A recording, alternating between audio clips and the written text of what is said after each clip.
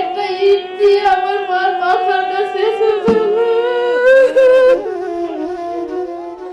গত ৩ জুলাই মা ভাই ও বোনকে নৃশংসভাবে কুপিয়ে হত্যা করা হয়। সেদিন তাকেও কুপিয়ে জখম করা হয়। ভাগ্যক্রমে বেঁচে যাওয়া রুমা আক্তার সংবাদ সম্মেলনে দাবি করেন, এ ঘটনা ঘটেছে উপদেষ্টা আসিফ মাহমুদের বাবা বিল্লাল হোসেনের মদদে। প্রধান আসামি হিসেবে বিল্লাল হোসেনের নাম দেয়া হলেও পুলিশ আসামির তালিকা থেকে তার নাম বাদ দেয় বলে অভিযোগ রুমা আক্তারের। প্রধান আসামি হিসেবে বিল্লাল মাস্টারের নাম বাদ দেওয়া হয়েছে। উপদেষ্টা আসিফের বাবার মদদে এই হত্যাকাণ্ডে নেতৃত্ব দেওয়া শিমুল চেয়ারম্যানরা এখনো ধরাছোঁয়ার বাহিরে।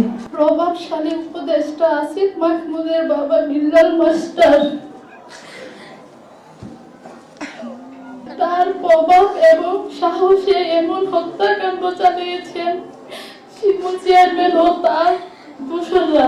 উপদেষ্টা আসিফের বাবা বিল্লাল মাস্টার নিজে মামলাটাকে থানার থেকে ডিবিতে নিছেন। আমার বোন কিন্তু ডিবিতে দেয় নাই থানা মামলাটা, ও কিন্তু এসব সম্বন্ধে বুঝে না। এই মামলাটা ডিবিতে নিয়ে উনি ওরা মন গড়া মতো কাজ করতেছেন। আয়ও আমাদের কারোর কথা শুনে না। আসামিরা প্রকাশ্যে এলাকায় ঘুরতেছে, উনি কোনো একটা আসামি ধরে নাই। এ সময় সেই হত্যাকাণ্ডের দুর্বিষহ স্মৃতি মনে করে বারবার কান্নায় ভেঙে পড়েন রুমা। তাকে দেবে আমার মাকে,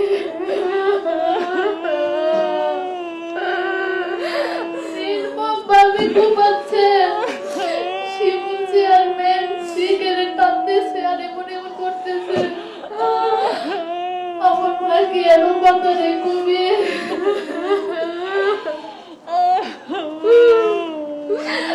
আমি আমার বুকে ধরে চাপা দিয়ে ধরে চোখ দিয়ে তাকিয়েছিলাম। আমি আমার মাকে বাঁচাতে পারিনি, কোনো সাউন্ড করতে পারিনি।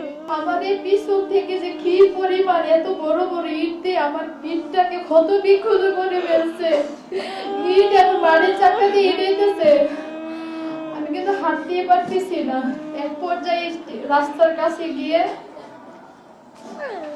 দেখি আমার বোনকে নির্মমভাবে ঘুমাইতেছে রাস্তার মধ্যে।